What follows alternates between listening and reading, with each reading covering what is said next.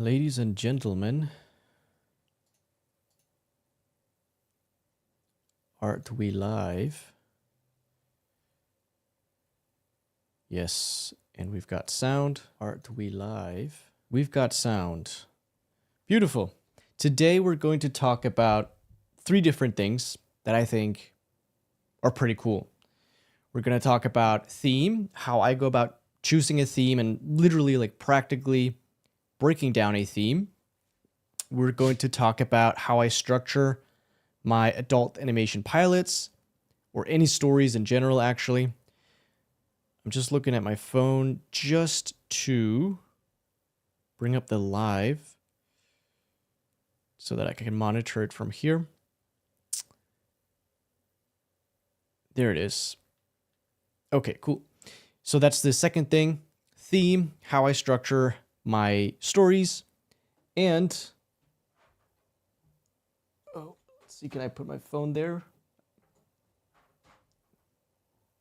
Maybe? No, I'm not allowed to. Let's put it right there. Cool. Sorry. And the last thing is goal setting, how I go about setting goals, because I think goal setting is probably the most important. It's the foundation of everything to me. It's what dictates every single action and decision that I make moving towards my goal and my dreams and what I want to do in life. So we're going to start talking about theme first. Let's see. Let me bring up this, my presentation, my Photoshop. And I've poured myself a nice cold glass of water because it is really, really, really hot today. Of course, I have to close the windows to, avoid noise coming in while I'm doing this thing. And I've got these bright lamps that heat me up. And so I'm already sweating. We got a lot to cover today, but I'm going to power through it, and I think it's going to be a lot of fun, okay? So if you're watching this after the fact, hope you're going to take some value from this. By the way, if you're new to this, basically I'm recording YouTube videos. That's what I'm doing here in the live. So if at some point it seems like I'm doing something that doesn't seem like this live stream thing, it's because you're literally watching me record a YouTube video. Okay. So I'm going to start recording, and as always, I'm going to do the hook on a different camera over here. I'm going to hit the record button for that. Look at my notes.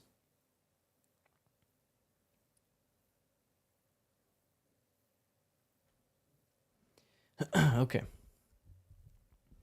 This is what I believe is the most important part of any story. I am talking about, I'm going to do that again because I wasn't in Photoshop. I am talking about theme. Ooh, look at that beautiful horizontal line there.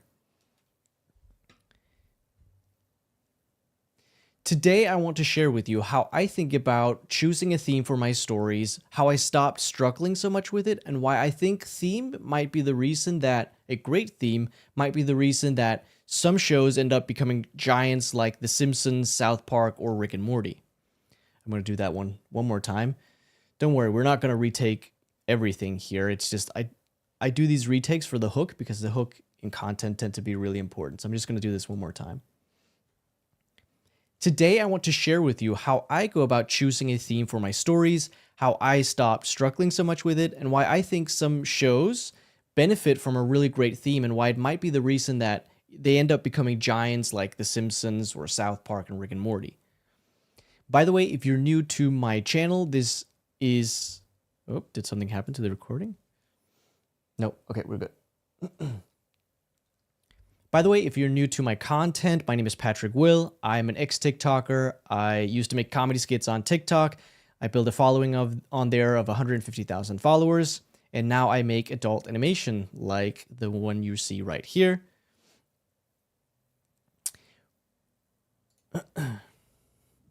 Turn off the other camera. Okay, and now we're actually going to be serious here. Now we're going into the nitty-gritty. I used to think that theme was complete BS, okay? Back when I was a young lad in school, my favorite classes were English class and Danish class. Pretty much any class where we got to write or read. And but there was always one thing that really made me cringe, and that was when the teacher would ask us, "Okay, students, what was the author's message with this story? What did the author want to tell with this story?" And I always used to cringe and curl my toes when she said that. And I was like, "Teach, come on. The author didn't want to tell anything with this story. They didn't have any message. They didn't have any uh, desires, something they wanted to get off their hearts. They just wanted to tell a cool story, okay? Can I go to the bathroom now?" And so for the longest time, when I first started trying to pursue a career in writing professionally, I totally dismissed theme. But I noticed that when I wrote my pilots, it always seemed like something was missing. Like, why would people actually care about this? And that's when I realized that theme was actually a lot more important than I initially thought it was going to be. Today we're going to cover three things. We're going to cover what is theme, how to choose a theme, why I think it matters, and we're going to start with what is theme, of course, because we need to know what theme is before we choose it, right? We need to know what we're actually choosing. So let's talk about what is theme. So let me choose a nice black color for my pencil. Can I do that, please? There we go. Thank you. Okay. What is theme? And I'm doing theme. I'm doing a capital T so that you know we're serious here. What is theme? Okay. So I read a lot of books and listened to a lot of interviews with all the screenwriting gurus to try and understand what theme actually was. And so many people threw out fancy words that just sounded good, but it didn't really explain to me what theme actually was. And it especially didn't tell me how I could use theme practically to break down good stories. And so it wasn't really until I read two books. One of them was Save the Cat Writes for TV, and the other was The Art of Dramatic Writing. And I've read the first half of this book twice. I've never finished it. I just read the first half twice because I thought it was so brilliant. Maybe one day I'll finish it. But these two books really laid the foundation for how I think about theme and how I break it down, okay?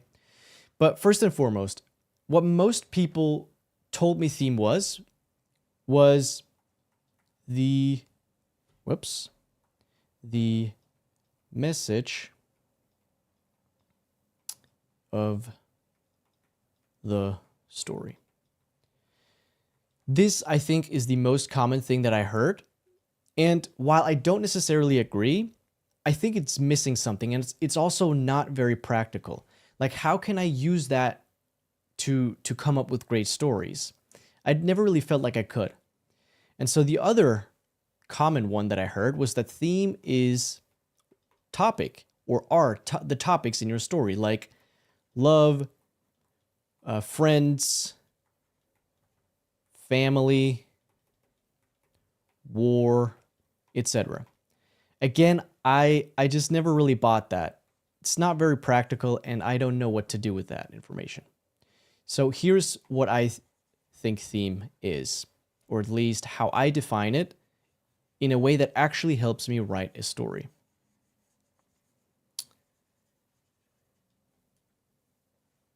So here is what I think theme is. Theme is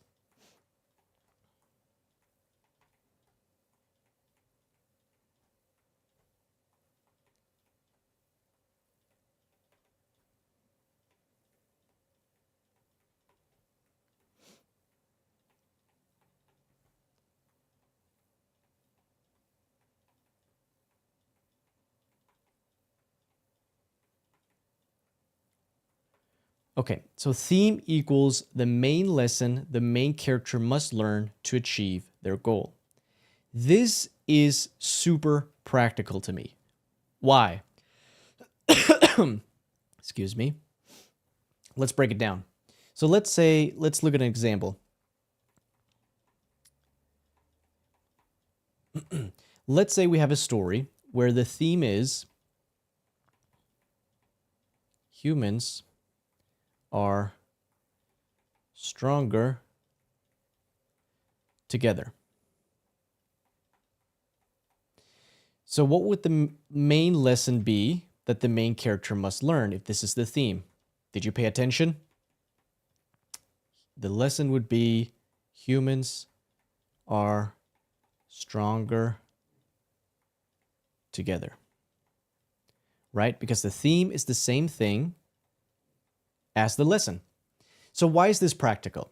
Okay, well, if we know that the lesson is humans are stronger together, that is typically how the main character ends up. Because all these screenwriting gurus will tell you, there must be some character arc. The character must change. The character goes from being one thing, having one point of view, to having a second point of view, to being another thing. They go through a change throughout the story, which means that this is how they would end up. So if we know that, we can reverse engineer and figure out how they are in the beginning. If they need to learn that humans are stronger together, they probably start out as someone who does not believe that, and there may be an introvert. You know, they're a lone wolf. They don't like spending time with other people. They might actually like actively dislike other people, doesn't like other people, right? And what's this? This is their flaws. These are their flaws. So the character goes from this to this. So that means that we have the character arc. Right? You see how cool this is? Just by determining the theme, we unlock the lesson, their flaws, and the character arc. That's pretty big. Just by determining the theme, we have the beginning of the story, how the character is in the beginning, and how they are at the end, just by saying that the theme is the same as the lesson. Okay, so I'm going to share some examples with you. I'm going to share first the formula, okay? So that is what theme is. That's how I define theme, because I think that is extremely practical. So let's talk about how to choose a theme. This is where it gets really good, okay?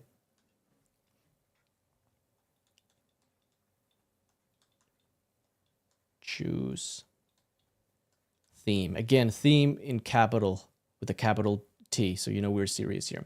Okay, so this is my formula for literally choosing and coming up with a theme. And I think this is pretty powerful. So it consists of 3 components. We have the topic, a verb, and then my opinion about the topic. Can you see this for my camera? Yeah, okay. So remember how I said I don't see theme as topic? I just don't think it's complete. I think topic is part of breaking down a theme, but it's not all of it. So let's look at a couple more examples here to really bring this home. Okay. So this is a super simple one. Murder is wrong. We had humans are stronger together. And let's do this. Asking, you can read that. Asking for help is not a weakness. And let's do saying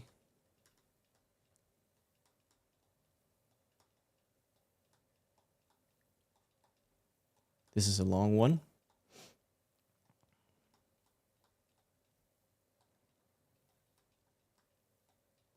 Imagine if I knew how to write good.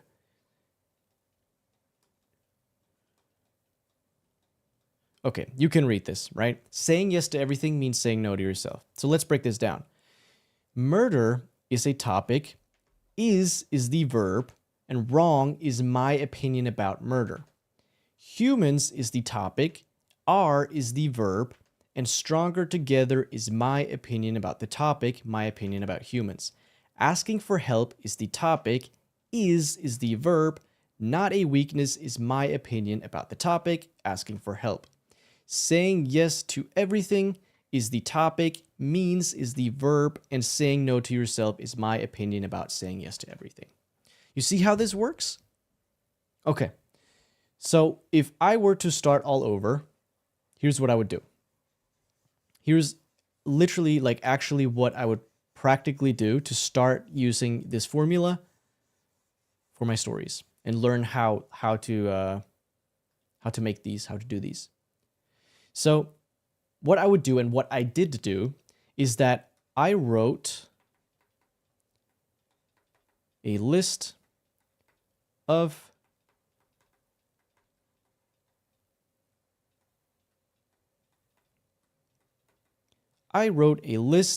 opinions about stuff. And that is what I call my theme bank.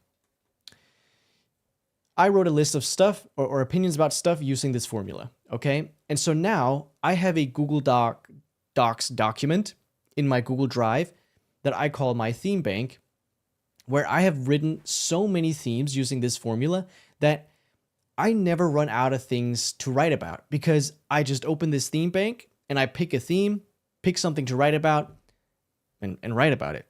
And so I think this theme bank has been very valuable to me to have. And if you want to see an example of this, I have put a link in the description of this video. It's a link to a resource on my website. You just enter in your email and I'll send over my theme bank with a ton of examples of how to use this formula for creating themes. If that is at all interested to you, check out that link in the description. But here's an exercise that I did and that I would do if I were to start writing a theme bank and practice coming up with themes for my stories.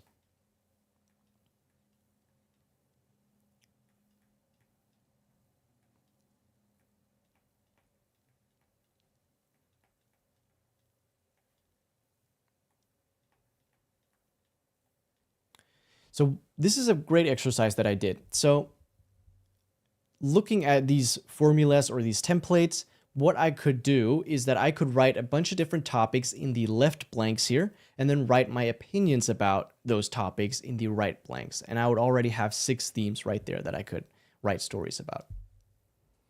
Cool, so let's take a real world example now that we have broken down how the formula works.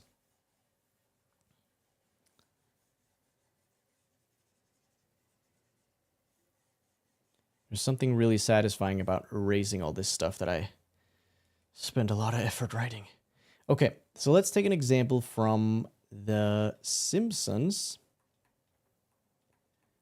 Let's look at season 26, episode 18. This is a great episode. I've watched this multiple times. I really like it.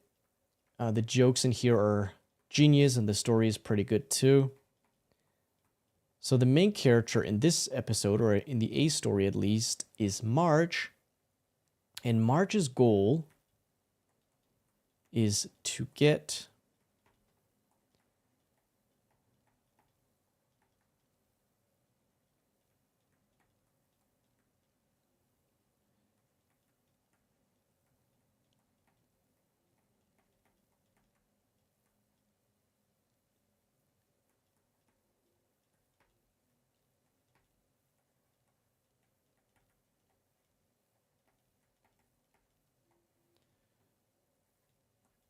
Okay, so Marge's goal is to get Bart to confess to destroying part of Springfield with a bulldozer.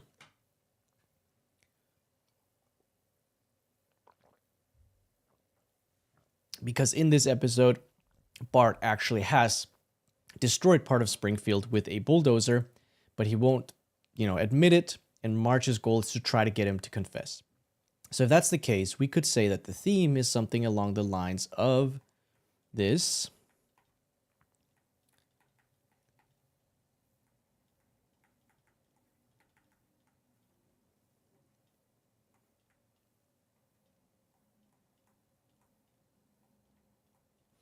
Should I zoom out a little bit?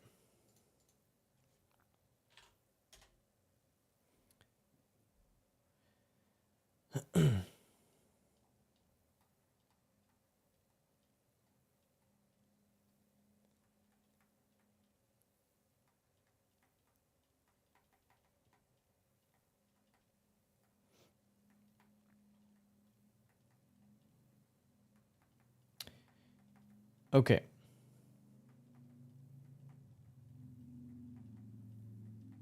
You can read that. Beautiful. Constantly watching over someone can damage the relationship you're trying to protect. So if that's the theme, what's the lesson? Did you pay attention? It's the same thing, right? Because in this case, in my world, theme is the same thing as the main lesson the main character must learn. Which means that if that's what Marge needs to learn, we also know her flaw, the flaw in the beginning, which is that Marge is over Bart all the time, right? She's overprotective. She's constantly over him. So if she wants to achieve this goal, she must learn that constantly watching over someone can damage the relationship you're trying to protect. Now, of course, the writers in the writer's room did not break down theme this way. This is something that I came up with for this example. But I like to break down theme in this way to come up with stories. And so sometimes I come up with the goal first, the goal for the main character first, and sometimes I come up with the theme first. If I come up with the goal first, then I can ask myself, okay, if the character wants to achieve this thing, what do they need to learn in order to achieve it? And then I unlock the lesson and the flaw and the character's arc. If I come up with the theme first, if I go through my theme bank, for example, and find something I want to write about, then I can ask, okay, why would the character need to learn this thing? What are they actually trying to achieve? And so while coming up with the theme does not automatically unlock the goal, it can get me pretty damn close. Let's look at a different example. I hope this makes sense. This has been pretty powerful stuff for me. And I love this. I'm geeking out about this stuff, okay? Because it just makes the process so much easier to break things down practically and tactically into formulas like these. I'm feeling a little bit dehydrated. Oy, it's been a while since I've been this hot. Okay, so let's look at another example from a series called Uptown Ducks. And you're like, Uptown Ducks? The heck is that? Uptown Ducks is a series of mine that I'm producing an animated short for this year. And in this short, the main character is Hunter.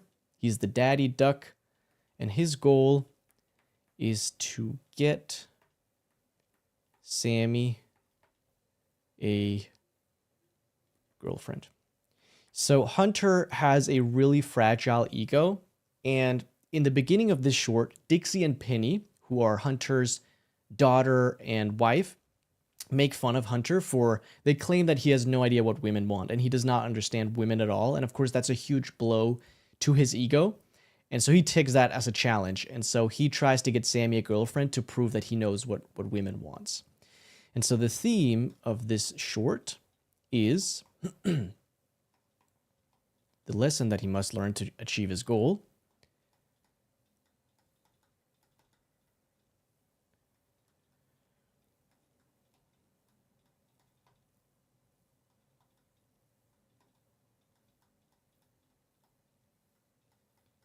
Others will fail. Trying to be something you're not to impress others will fail. So what's the lesson he must learn? It's the same thing. And so what's his flaw? Well, Hunter starts out trying to change Sammy. He tries to change Sammy. We pretty much have our story right here. We have the beginning and the end, just by determining theme and goal. Okay, I hope this makes sense. Hunter must learn that being something you're not to impress others will not get Sammy the girlfriend. It's not until Sammy is just himself that that Sammy succeeds and gets the girlfriend. Actually, I don't mind. I don't need to erase that because we're done with how to choose a theme. Cool. Ooh, that's so satisfying doing that. Ooh, green check mark. Let's talk about why it matters, because I think it does.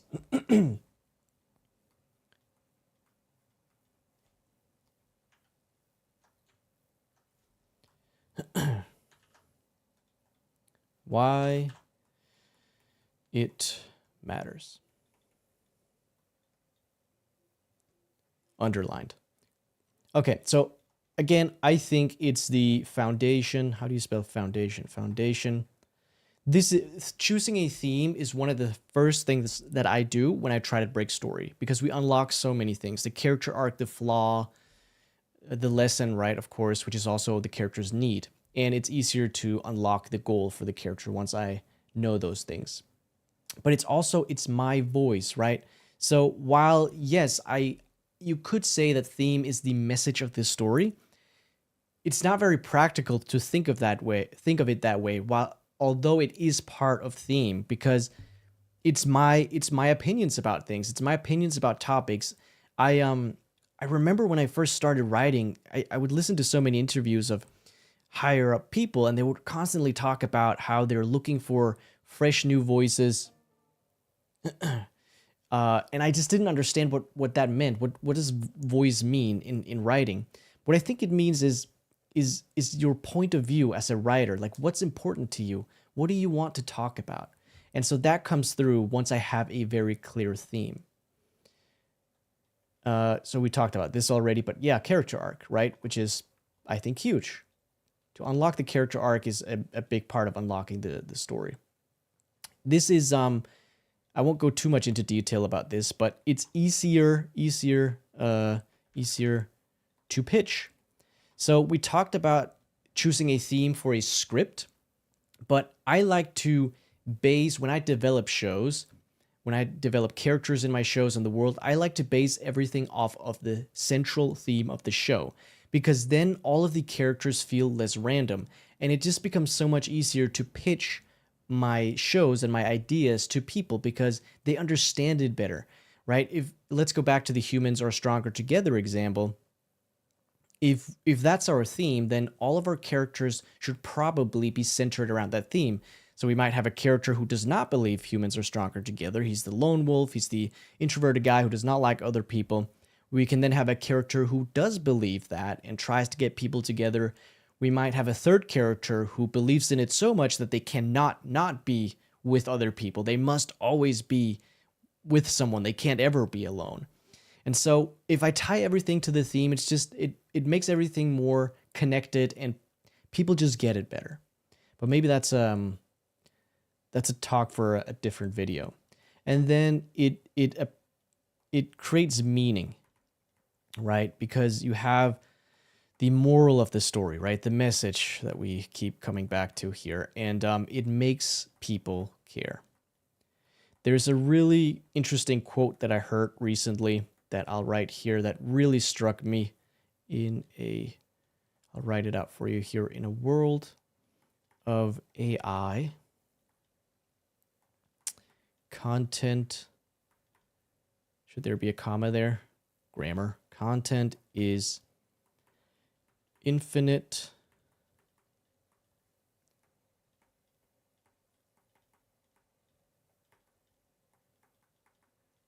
Meaning is finite. In a world of AI, content is infinite and meaning is finite. And what I think they meant by that is that because of AI, everyone can make content now. Everyone. And so there will be an infinite amount of content. We already see a ton of AI slop out there. But what is hard to do, what not everyone can do, is add meaning to your stories. Make people care, because that actually requires skill. And so meaning is finite. We'll have an infinite amount of content, but only a certain amount of people are skilled enough to add meaning and make people care about their stories.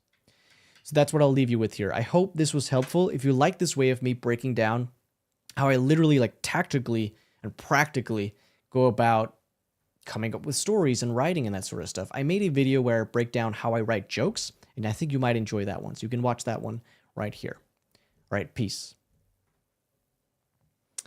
Cool. I'm going to stop recording.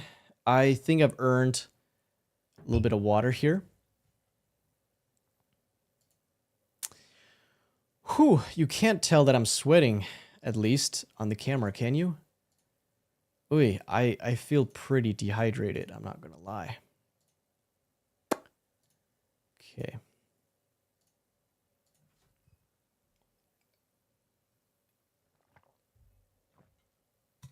Uh,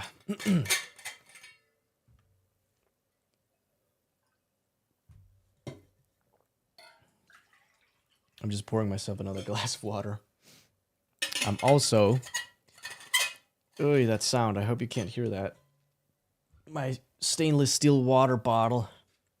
I'm going to wipe off my drawing tablet because it's full of sweat. I just bought this thing. Poor drawing tablet. Okay, so that was theme. Let's talk about structuring pilots, structuring stories. I'm going to press record again. Turn on this other camera so I can do my intro over there.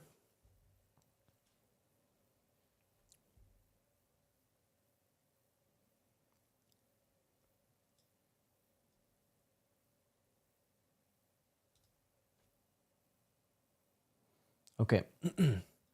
I'm going to do my intro, my hook over here on this camera.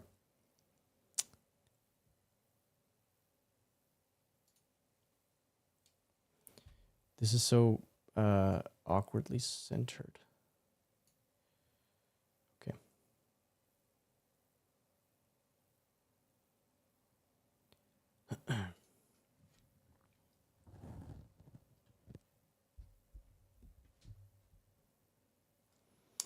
Today, I'm going to share with you how I go about structuring my adult animation pilot scripts.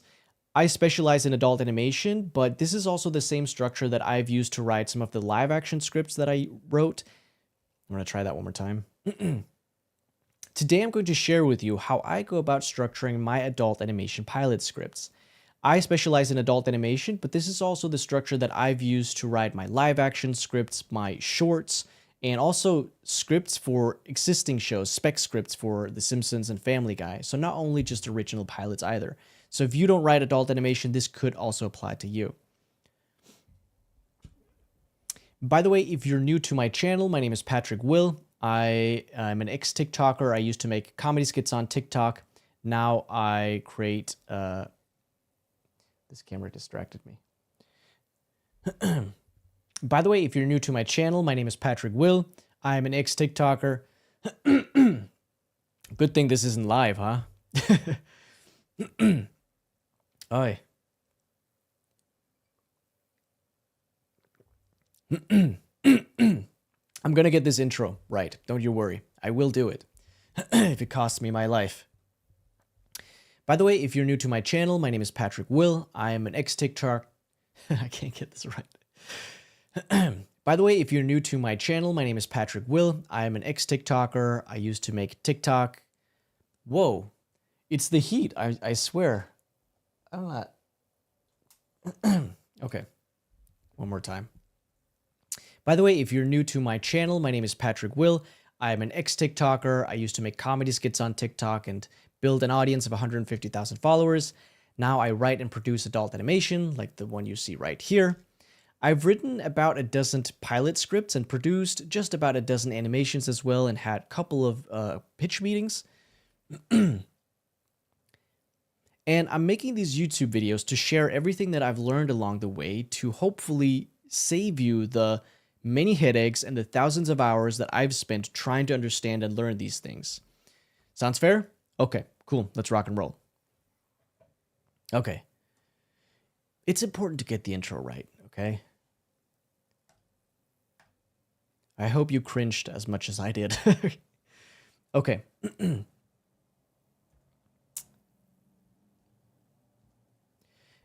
Okay, so today we're going to cover 5 things.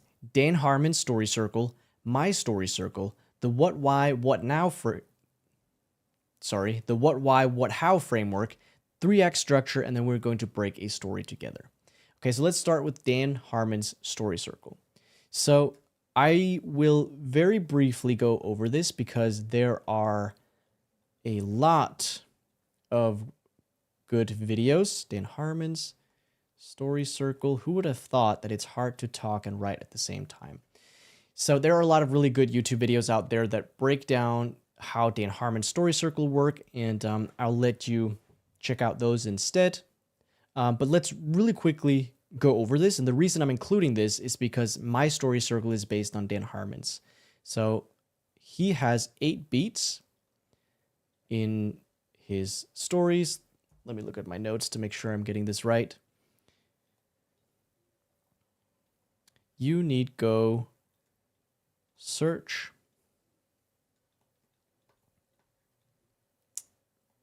find, take, return, change. So Dan Harmon's story structure, you have a character who wants something, he goes searching for it, he finds it, but it comes at a heavy price, so it kicks his ass, then he returns having changed. Okay, so that is the foundation of Dan Harmon's story circle, really simply told. And the reason, again, I'm including this is because it's also the foundation for my story circle. So let's talk about that. Now, I want to make it very clear that I, by no means... Whoa, what happened there?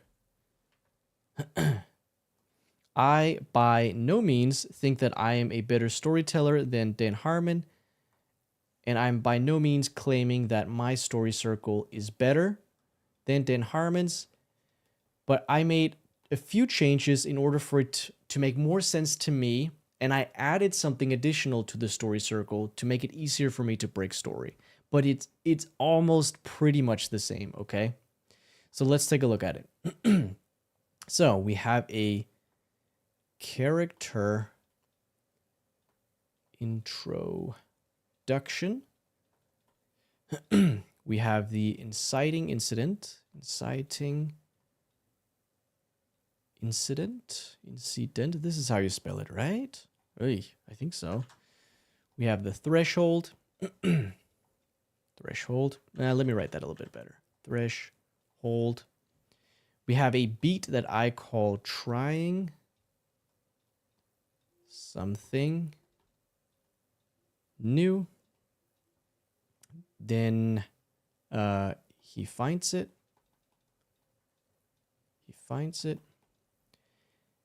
But it kicks his ass.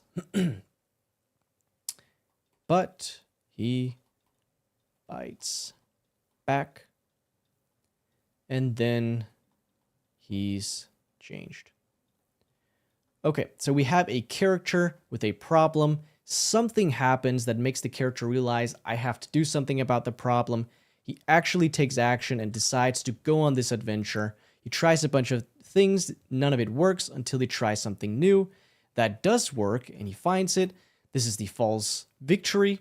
Some people don't write a false victory. I like to have false victories in my scripts. Then it kicks his ass. Something really, really bad happens, but he fights back. He learns a lesson, uses that lesson to fight back and win, and then he's changed at the end. So you might have noticed that inside the story circle, I have these red lines in between the beats, and I call these the stretches. Basically, it was just not enough for me to only have these 8 beats. I wanted to have a process that let me know what happens in between the beats. How do we go from beat to beat?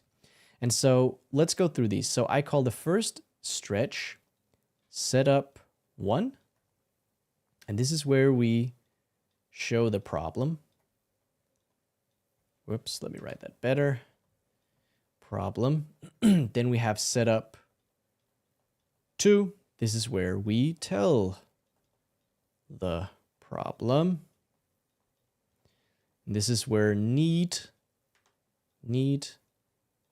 and or want is revealed. Then we have trial 1. This doesn't work. Then we have trial 2. This does work. Then we have what happens when he finds it this could have a better name. Just being honest with you here. Finds it, right? We see what happens when he finds it. Then we see what happens when it kicks his ass. And he fights back. Fights back. I really hope you can read this. He fights back and wins. Some people don't like when the character wins at the end. I like to write stories where they win. And this is where I have he returns. So I have he returns after he is changed. And let me explain that in just a little bit, okay? So we start with the character introduction. We start by seeing that this character has a problem. It could be the character is bullied. It could be that the character is insecure about something, whatever it is. Then something happens that makes the character realize I have to do something. And this is typically where we tell the problem. Almost in all comedy, in all television, in all comedy television, in almost all episodes, either the main character will say the problem out loud, what they want, or another character will tell the main character what their problem is. So it's like, if a different character tells the main character, they could say like, you know what your problem is? You can't let other people in. Or the main character could say, if only I were taller, right? They literally tell us what the issue is, what they want, and, you know, what the goal is, I guess, what the want is. So they finally decide, I'm going to go on this adventure. They go through this threshold where they enter, the screenwriting gurus call it new emotional territory, where we start the journey and there's no going back now. They try a bunch of different things, but none of it works. Then finally they try something new, and this does work. Then they find it. The false victory, it could be, let's say we have a character who wants to open a coffee shop. They finally get to open their coffee shop. They get what they want. Then we see what life is like when they find it. So if the character finally gets their coffee shop open, then we see what life is like for this character when the coffee shop is open. But in this stretch, if we have an opponent in this story, then typically we would also see what the opponent's life is like at this moment. So let's say we have a neighboring coffee shop where the owner there is jealous of the main character's success in this coffee shop, and he tries to sabotage it. So I think this is what they call bad guys close in Save the Cat, because we see that the bad guys, now that the main character has won, has this false victory, the bad guys are out to get them. And so it kicks their ass, okay? Something really, really, really bad happens. Maybe the bad guy here burns down the main character's coffee shop. Then we see what happens once the character's ass is kicked. What is life like now? They go into deep depression and they're like, this is hopeless. Like, what's the point? But then they decide to fight back. They realize their flaws. They realize the lesson that they must learn, and they use that lesson to fight back, and they win. Again, I like stories where the character wins. They could also lose. Then the characters changed because they learned their lesson, but then they return to normal. They return to square one. Now, Dan Harmon has these two reversed, and I think maybe that's because we use return differently. The way that I see it, almost in every single episode of a half-hour comedy, especially in adult animation, the character always returns to the way they were from the beginning, right? Homer Simpson does not change, has not changed in 40 years. So while they might learn a lesson at the end of the episode, they always go back to being the same old Homer Simpson. And then the circle, then we restart the circle and go through the next episode, right? Do you see what I mean? I'll give you an example. I'll show you exactly what I mean right now. So let's do an example from Family Guy.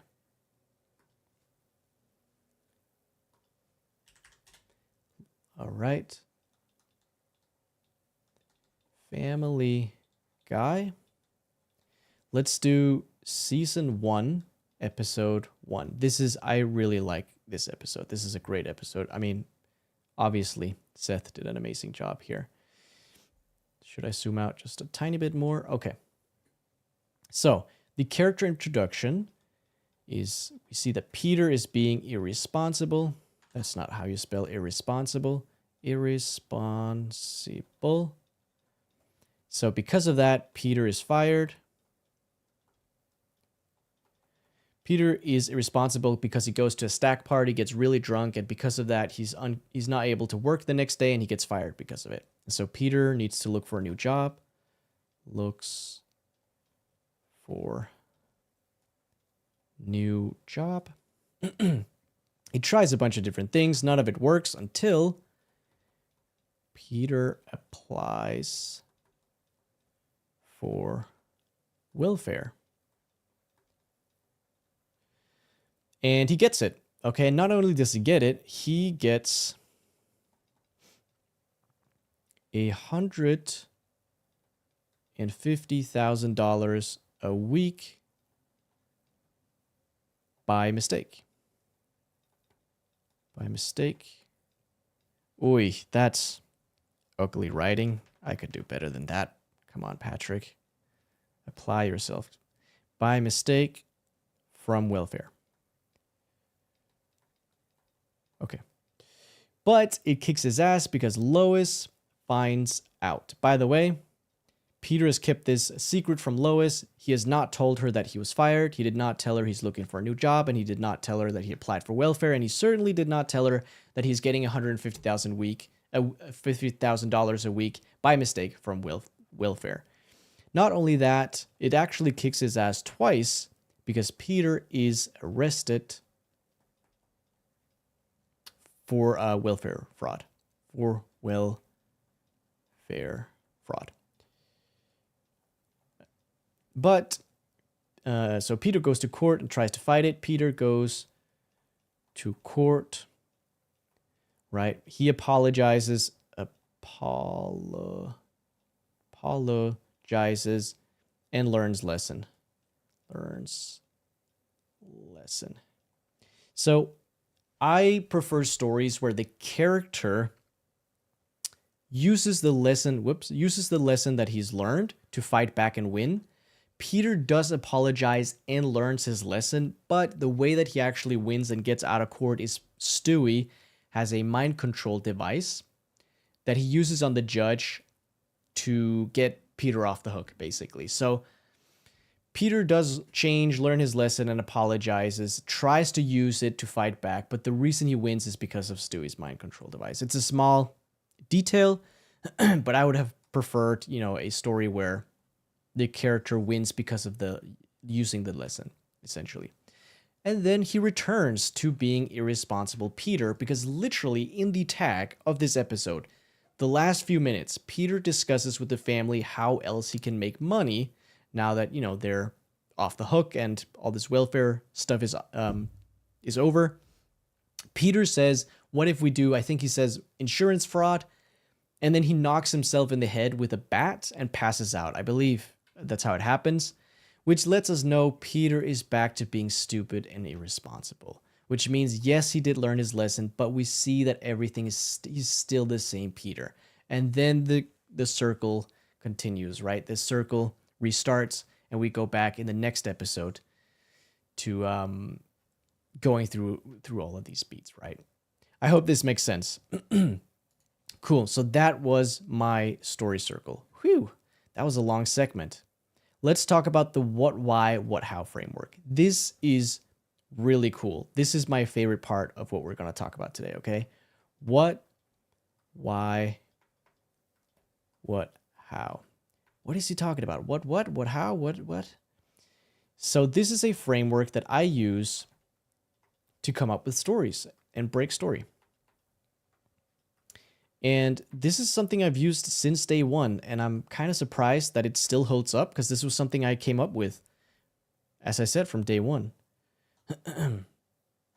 Okay, so the first what is the main thing that happens. Like, what happens?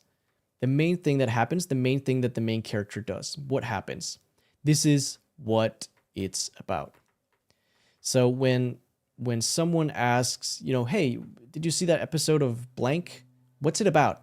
This is typically what you would tell them. The why is the motivation. That's why this happens, why the character does the thing. And again, we're going over some examples in just a little bit, so that hopefully it'll make more sense. So this is what it's, let's see if I can write cursive here. Really about. This is what it's really about. So let's take Family Guy again as the example. What I like to do is I like to go inside the story circle here and write the what why inside. The what why is always what I come up with first before I start breaking it into beats. So the what here in this instance is Peter commits welfare fraud. Right? That's what happens. That's what the story is about. Okay, but why does it do it? To avoid Lois finding out he was fired. Whoops. Okay, so what's this story about? It's about Peter committing welfare fraud. Okay, but what's it really about? Oh, it's okay. It's about this guy not wanting his wife to think he's a screw up, not telling him I told you so. He does not want her to find out that he's screwed up. Oh, okay. Why? What happens and why does it happen? What does he do and why does he do it? So let's look at a few more examples to drive this home, because I think this is really important. Once I have unlocked the what why, then I am so much further ahead in breaking down story. This is a huge part of it. Okay, so let me share a couple with you. Let me check my notes just to make sure I get this right.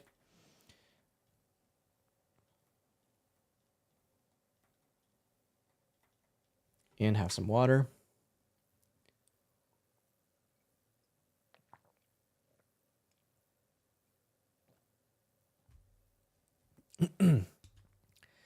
Making sure I stay hydrated so I don't write too.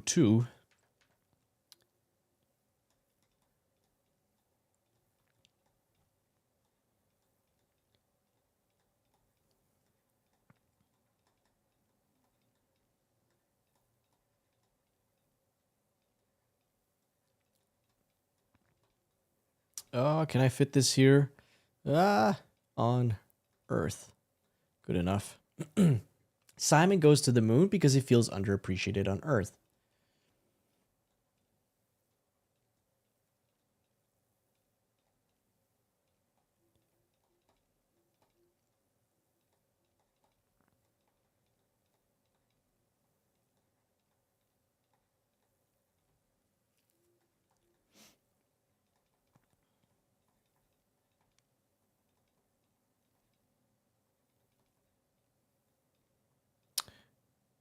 I could make this fit so much better when I was rehearsing this whole thing. Okay, Homer becomes a motivational speaker to finally feel like a success. You can read this. By the way, those two first ones here are actually scripts that I wrote. I wrote a Spec Simpsons and a pilot episode for a series of mine. This last one is just something I came up with for this video here. Marvin gets a job as a mall security guard to feel in control. Okay, so let's break this down. Let me get a nice red color here. Okay, so the what here, Simon goes to the moon. That's the what. Why does he do it? Because he feels underappreciated on Earth. What's it about? It's about Simon going to the moon. Okay, but what's it really about? Oh, it's about this guy who doesn't feel appreciated.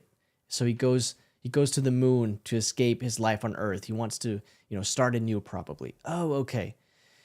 What happens? Homer becomes the motivational speaker. Why does he do that? To finally feel like a success. So what's it about? It's about Homer becoming a motivational speaker. But what's it really about? It's about this guy who wants to finally feel like a success. He's tired of feeling like a failure. Oh, okay. What happens? Marvin gets a job as a mall security guard. Why does he do that? To feel in control. So what's the story about? It's about Marvin who gets a job as a security guard. But what's it really about? It's about this guy who's probably a pushover. He's not in control, so he gets this job to finally feel like a man in control. You see what I mean? You see how this one-liner gets us so far in understanding our story. And so the what why, I always start with this. I always start with the what why before I move on to the second what. And the second what is, maybe you guessed it already, it's the beats. Okay, so we already covered that. So that's all the 8 beats around here. So that's what I figure out after I figured out the first what and the why. And then the how are detailed scenes. So I'm going to show you this. This is a board where once I have found my what, why, and once I have broken down the story into the 8 beats, then I go ahead and write basically as much as I can come up with for the overall story. Then I break it down even further into the cold open, the first act, second act, third act, and the tack. And then I break it down even further into scenes and just write out as much as I possibly can come up with for every single scene. So this is part 1 of how for me, and the second part is writing an outline. So it's not enough for me to just know what happens. It's also important for me to know how it happens before I start writing the first draft, right? Knowing that Peter's fired is just not enough for me. How is he fired? Knowing that Peter is irresponsible is not enough for me. How is he irresponsible? Oh, it's because he drinks a lot. And he goes to the stag party and can't control himself. Knowing that he tries to find a bunch of different jobs is not enough. Like, which jobs does he, try to get? Just going to court. Okay, what happens to court? How does Lois find out? And how is Peter arrested? How do they find out that he committed welfare fraud? You see what I mean? And by the way, if you are at all interested, I will leave a link in the description to my website. There's a resource on my website where you can download this story circle. Don't worry, it's much prettier, the one that you're getting, than this one. But I will leave that in the description. It also includes, so if you enter in your email, I'll send that to you. It also includes this board here that I like to use and this next thing that we're going to talk about. So that is the what, why, what, how framework. Boom. Let's talk about 3-act structure very quickly. So the download also includes this 3-act structure. So most TV writers will break down story on a whiteboard like this. They will break it up into 3 acts on the board, and then they'll, come up with how the story happens. This is the exact same structure as the story circle. This is just a different way to visualize it. So I won't go too much over this again because I just plotted in the exact same beats as in the story circle. I don't use this. I like to visualize it more with the story circle. But I know some people prefer this thing. So if you want this, it's going to be in the description. Cool. So let's break another story together. There it is. Okay. I'm going to erase all this. He spent so much time writing all this. Is he crazy?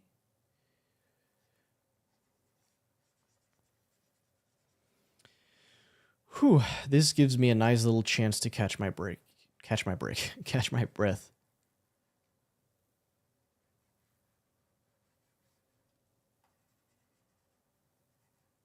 And rehydrate. Oh yeah.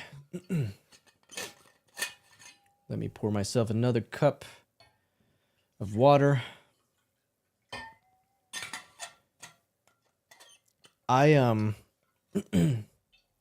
If you have been a very bad person in a previous life, you would probably be resurrected as my seed right now. And you would be drenched in my disgusting sweat. How is that for an image in your head? You're welcome. Very fitting for what we're going to talk about now, because I'm going to give you an example for a script that I wrote, which is very adult animation, which means that if you are very sensitive and you are easily offended, you do not like bad words or vulgarity, stop watching right now. You're warned. Okay. So let's break down this story that I wrote from a series of mine called Nappyville. So we have a character. Wait, I am way ahead of myself. Of course, we always start with the what, why. So what happens?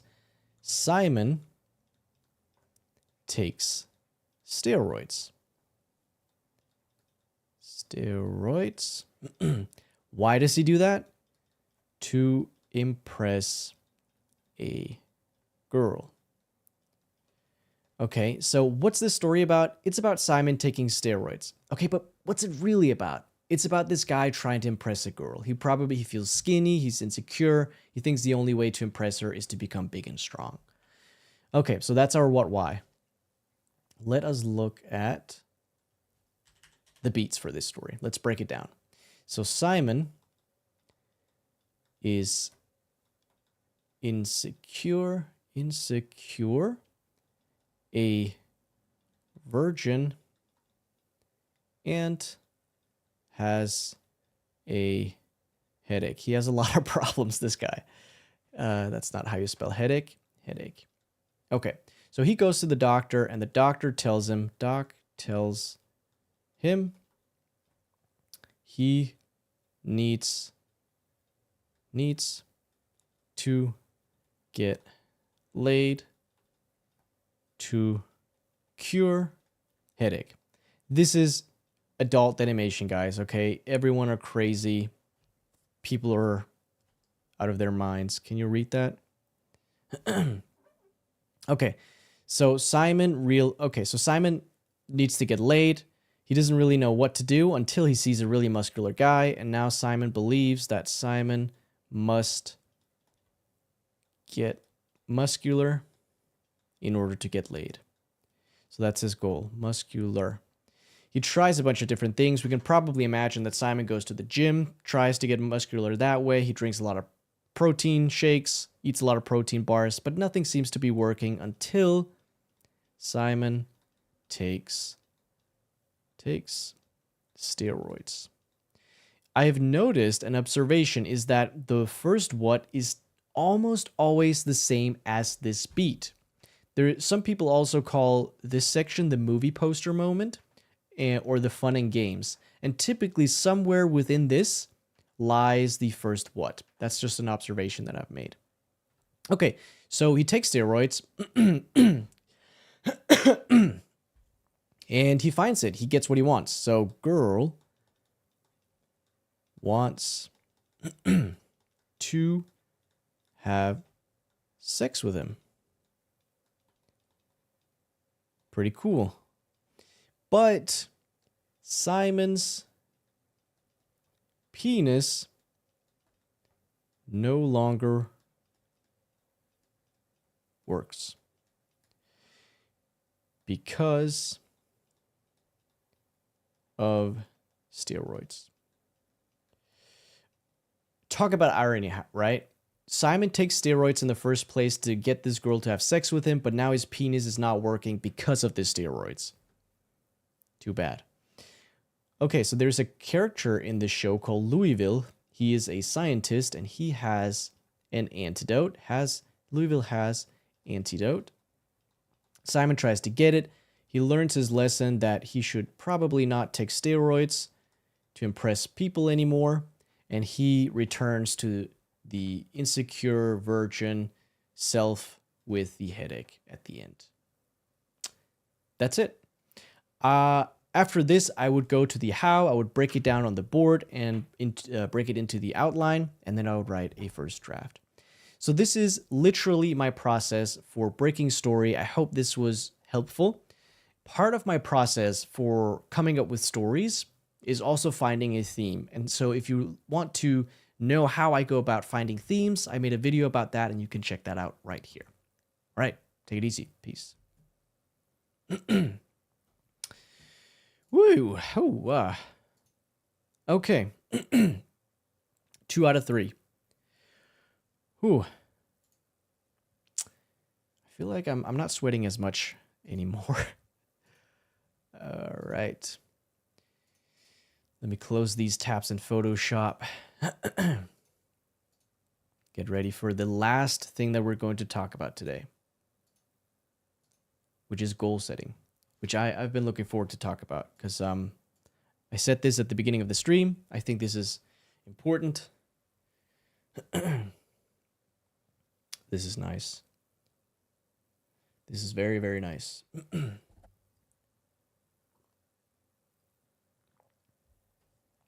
Okay.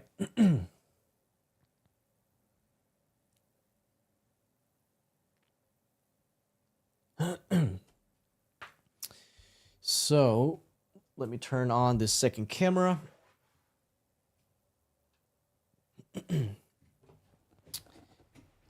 Look at my notes. Get ready. Maybe have another sip of water.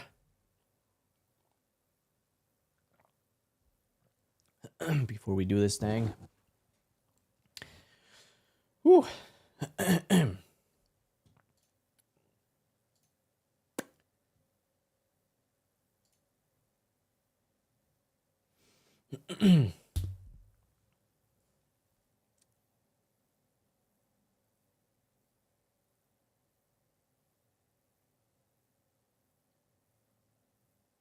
So this one is it's a little more freestyle in this one, but actually, if fun fact, I don't know if you care about this at all, but this is not for, well, it is for a YouTube video, but this section is part of my next vlog, so it's not a whole YouTube video in and of itself. All right. I want to talk to you about goals and goal setting because I think it is one of the most important parts of my life. And I mean that very sincerely because having the end goal in mind helps me make better decisions and it makes me understand what I need to do. It determines the actions and the steps that I need to take in order to achieve my goal. Let me explain what I mean. Okay, so I'll stop the recording. That was a decent hook, I think. And I'll turn off this camera as well.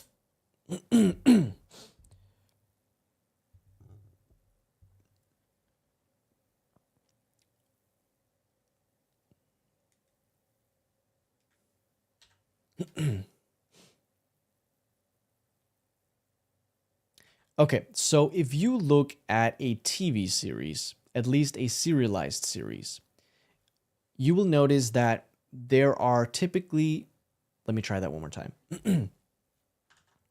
Okay, so if you look at a TV series, at least a serialized series, and a serialized series could be something like Breaking Bad, which, if you watched episode 7 of Breaking Bad, it wouldn't make as much sense to you because you have to watch the 6 prior episodes in order for it to make sense. But something like The Simpsons, for example, you can watch season 15, episode 7, without having watched any of the prior episodes, and it would be perfectly fine. That's an episodic series. But in a serialized series, you will typically have an overall series goal.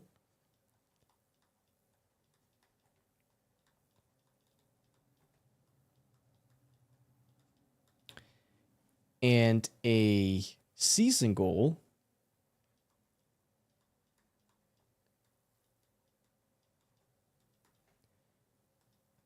And an episode goal.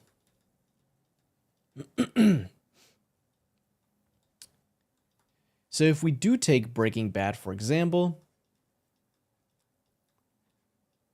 Breaking Bad, the overall series goal is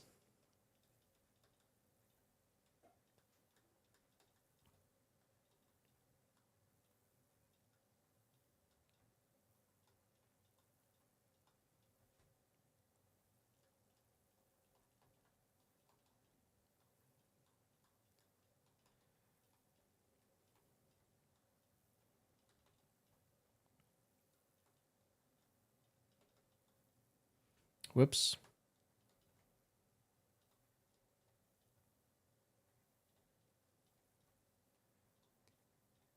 Walter wants to make enough money to provide for his family when he's dead.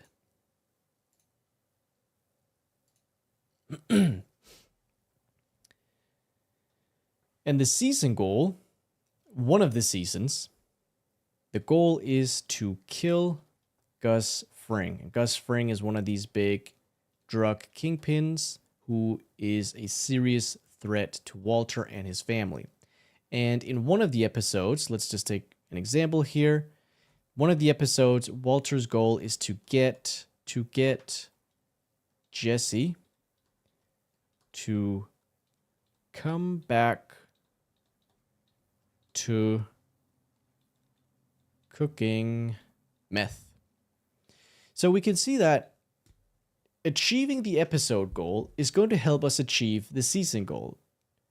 Walter needs Jesse's help to kill Gus Fring, and the season goal will help Walter with his overall goal. And the reason that I bring this up is because I like to apply this same framework to my life. So let's talk about that.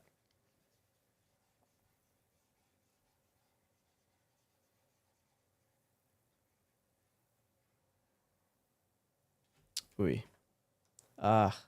No.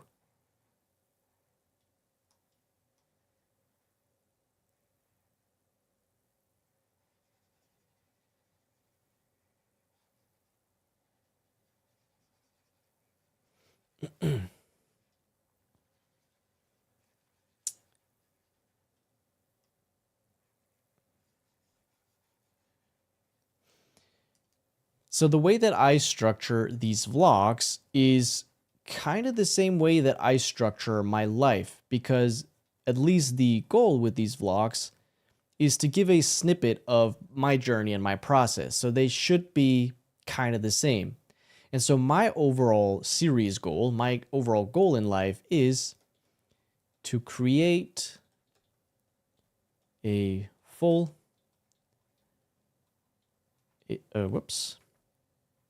adult animation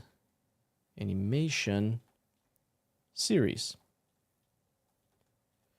And my season goal, let's say a season is 1 year, is to produce Uptown Ducks short, right? That's what we're doing right now. And the episode goal, literally the goal for this episode is to finish the script for the short, right? And so you can see how this episode goal helps me complete my season goal, and the season goal helps me complete my overall goal.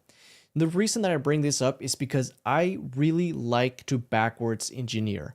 I think about the biggest possible goal of mine, and then I just take it step by step backwards.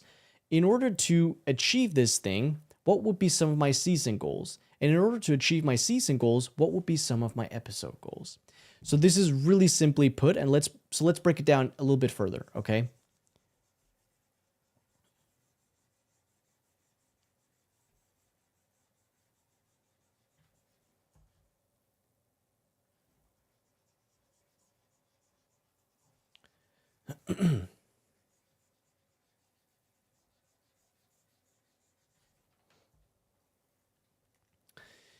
So real quick, a few things that I think are very important when I make goals, when I set goals, is that I like to base goals on inputs and not outputs. So this is an example of an output goal.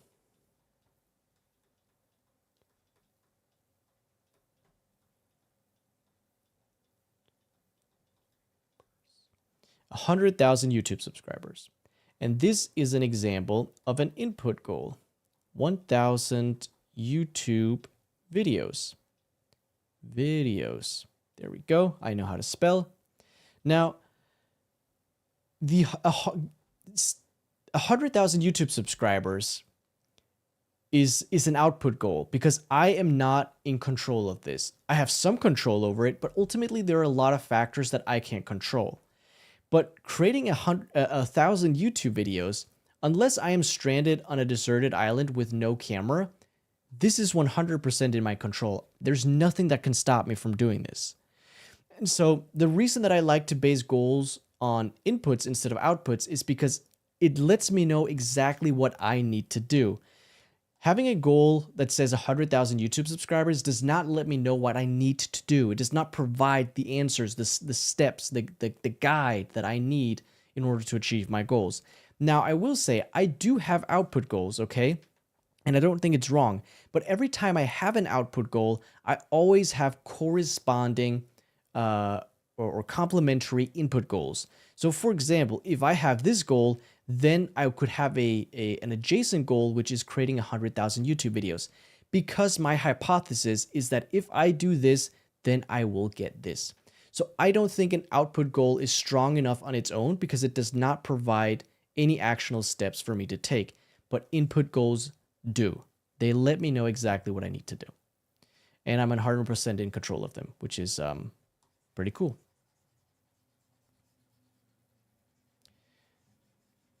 Does that make sense? I want to set goals that let me know exactly what I need to do.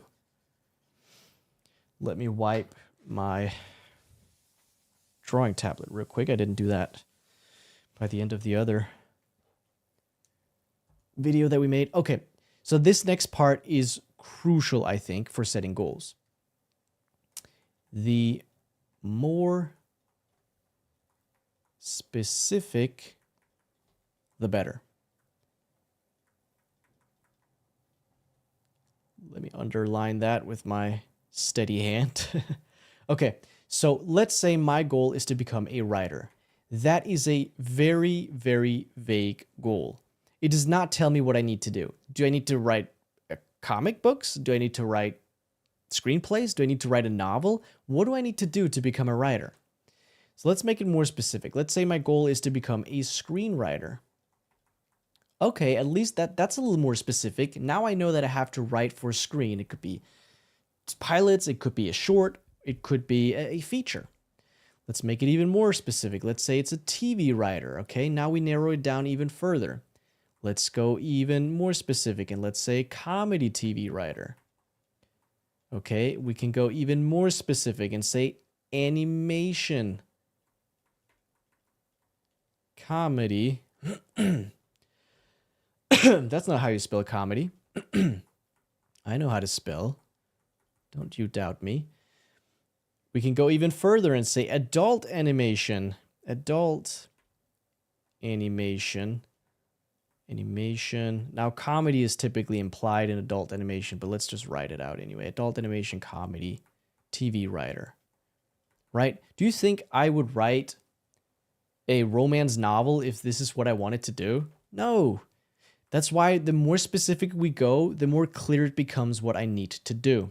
So let's go even more specific. Let's say a half hour. Now, typically adult animation is half hour. Actually, not always. Smiling Friends is not. Half hour adult animation comedy writer. Comedy TV writer, right? Okay, and I could go even more specific. We could say independent, right? I want to write independently. Independently?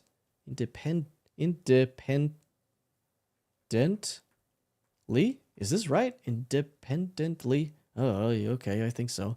Oy. Oh, I'm sweating too much. I'm getting too dehydrated to spell. Okay, and we could go even more specific. We could say, okay, I want to be an independently half-hour adult animation comedy writer in America.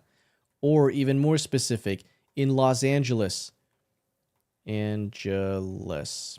Is that how you spell it, Los Angeles? Why does that look wrong? We could add a financial tag to it.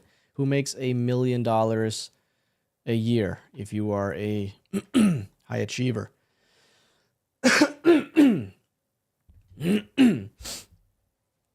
Okay, so you jeez. Right, can you see how this last one down here provides a much clearer path than having a vague goal like, I just want to be a writer. Like, I have no idea what that means, and I have no idea what I need to do to be a writer. This down here provides a much clearer path. Okay, so I probably, if I want to be independent, then I probably have to start putting stuff out there. If I want to be all of this in Los Angeles, I have to move to Los Angeles. So let me give an example, or a couple of examples, of how I would backward engineer my goal based on my own goals. I need a very, very nice cold shower after this.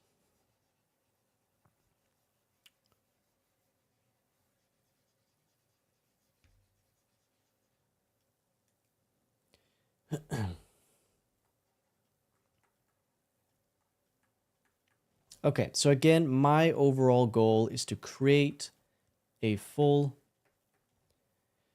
adult animation series.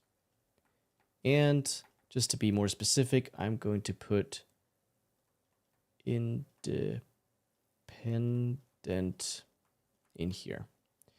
I could be even more specific about this goal, but let's just take this as an example. So if I wanted to do this, what do I need to do? Okay, I probably need to set up a business of some kind.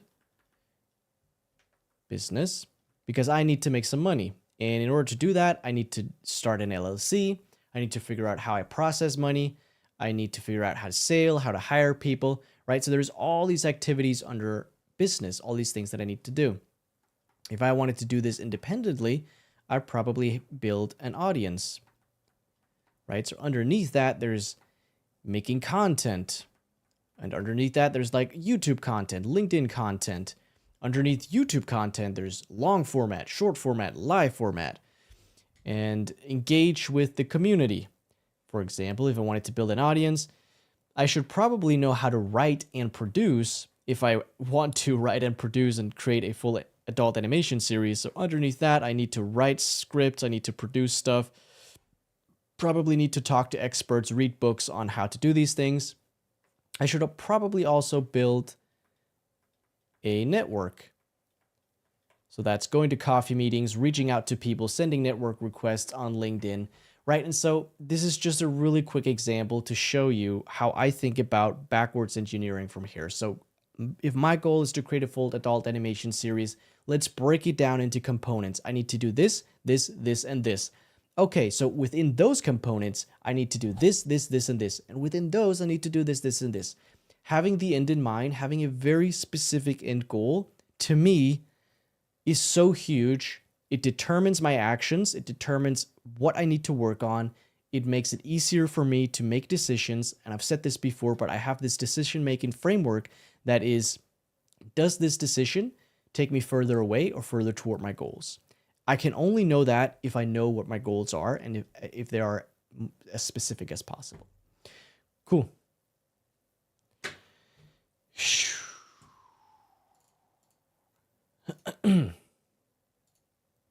That's it. That's it, ladies and gentlemen. Thank you so much for watching. If you're watching this after the fact, that's impressive. If you watch this whole thing, thumbs up. That's pretty badass, I'm not gonna lie. I don't know when I will make my next stream. I would love, if anybody is watching this, I would love to know if you like this format of me drawing or writing on my drawing pad and just writing this out. It's a longer format because it takes time for me to write these things, but I feel like it's chill. Maybe it helps. It helps that it's long to get the point across. People, when watching and listening, can sit for a few seconds and think about what I'm writing, because it's not boom, boom, boom, boom. It's not cut to the next thing. So anyway, if you enjoyed this and got any value from it at all, consider subscribing.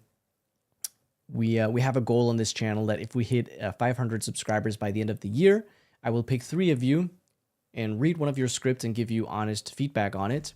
Feedback has been incredibly invaluable for me to learn and get better really quickly.